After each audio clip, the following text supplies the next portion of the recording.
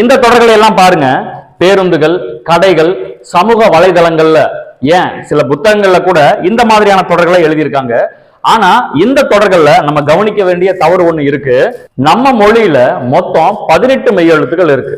அவற்றில் இ, இர், இல் இந்த 3 மெய்யெழுத்துக்கு பக்கத்துல மட்டும்தான் இன்னொரு மெய்யெழுத்து வரும். மீதமுள்ள 15 மெய்யெழுத்து பக்கத்துல இன்னொரு மெய்யெழுத்து வராது. இப்ப இந்த தொடர்களை பாருங்க. கற்போம், கற்பிப்போம்.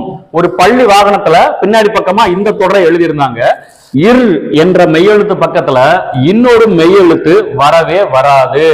அப்போ கற்போம், கற்பிப்போம் இல்ல, கற்போம், கற்பிப்போம். இந்த தொடரை பாருங்க. இயற்கை பொருட்களை பயன்படுத்துவோம். காய்கறி கடையில இந்த தொடரை எழுதியிருந்தாங்க. ஆனா இர் என்ற மெய்யெழுத்து பக்கத்துல இன்னொரு மெய்யெழுத்து வரக்கூடாது.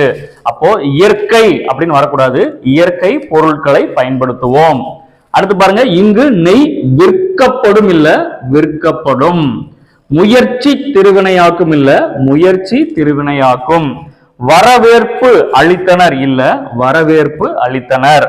மேற்கொண்ட நடவடிக்கைகள் யாவை இல்ல, மேற்கொண்ட நடவடிக்கைகள் யாவை.